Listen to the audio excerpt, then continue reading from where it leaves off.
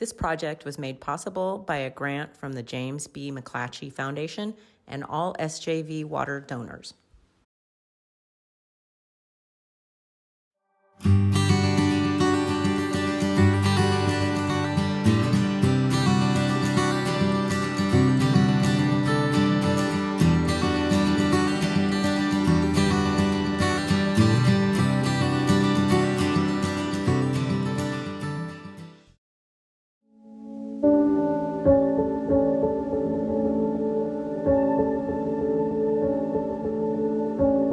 My grandfather, the pioneer and the patriarch of our family in the U.S.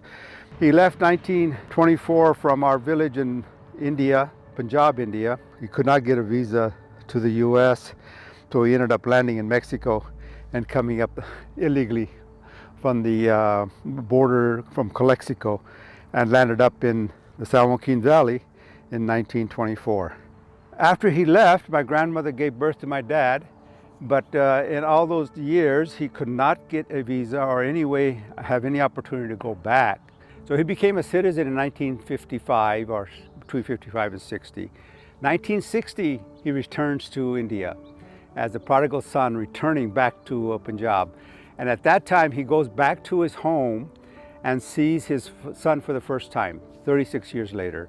With 6 grandchildren. He was able to persevere and keep his faith and wanting to bring his family from India here. After reaching in 1960, my grandfather made it a point to start paperwork for his whole family, his son, his daughter-in-law, and his 6 grandchildren to immigrate. And so it took 2 years for us to do all the paperwork. And my grandfather said, there's no way I can afford 8 airline tickets, so you're all gonna have to take a ship. We flew actually from New Delhi to Hong Kong, caught the ship from Hong Kong, and went from Hong Kong to Tokyo, Japan, via the Pacific route, landed in Hawaii. From Hawaii, we came to San Francisco on the Golden Gate Bridge, under the Golden Gate Bridge, and landed in March of 1962.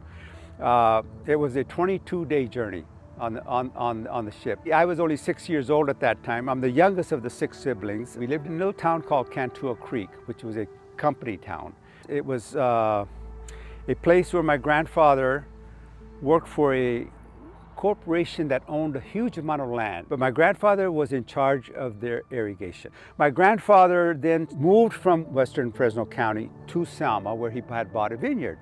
Actually, he bought his vineyard under the name of a U.S. citizen because he was not allowed to buy land back in the 50s. So he bought it, and they were able to work it out where in the 60s he was able to get it in his name.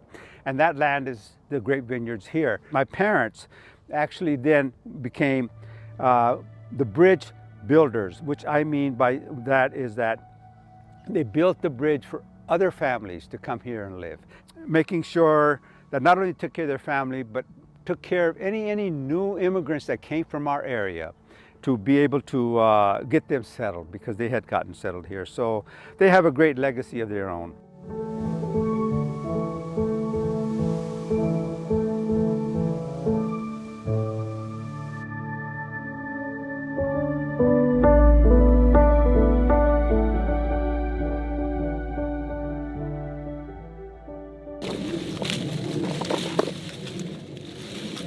Total of about 100 acres, and I would say 85% of it is grapes, and that would be Thompson seedless, which is mainly a raisin grape, but it can be used for wine. It can be used for table grapes.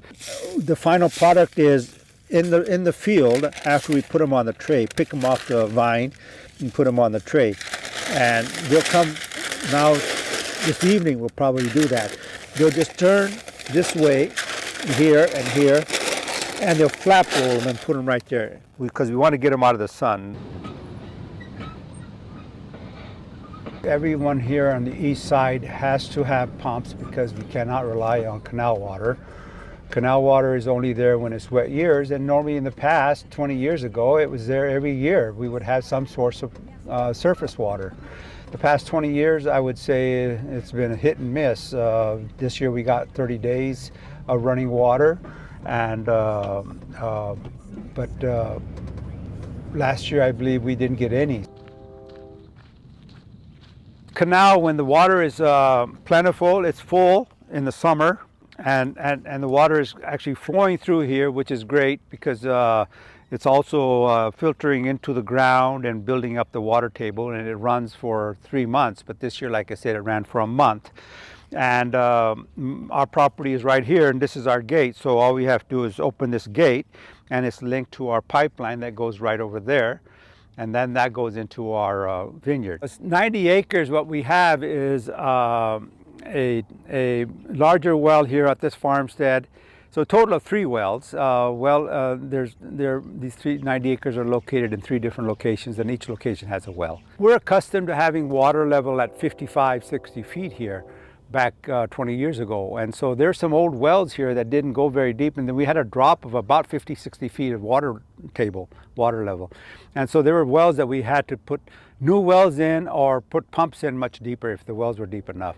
But I put in a couple of domestic wells. Fortunately, so far I got my fingers crossed. I haven't put in an agricultural well, but I could foresee it coming if the drought continues.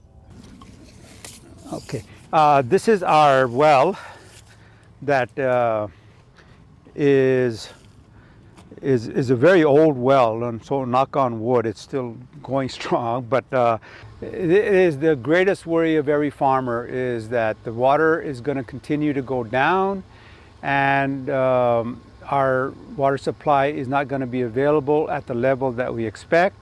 And once that happens, our wells go dry, and then the well is a very, very expensive project to then go back in and try to drill deeper on that well or put in a new well. So it is one of the biggest concerns that we have. If we have another drought, another year, I honestly feel I will lose a well or 2. And that's scary, because that's going to be a big economic blow. Well, I have a lot of sentimental attachment to it, but then there comes a time when practicality comes in and says, is it worth it to continue on? So we're deciding whether we need to move forward on some other things, or lease it out, or sell it. All those options are on the table now.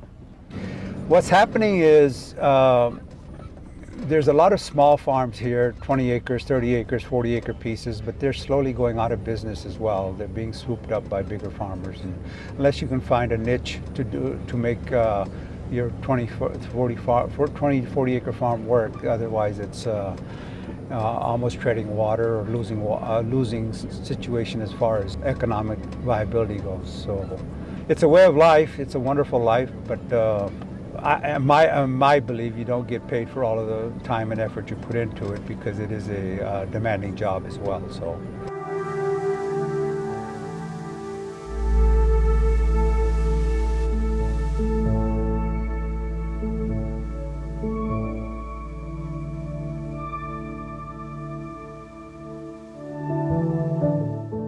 You know, one part of your heartstrings tears at you that you don't want to sell it because it's something that my grandfather worked so hard to make.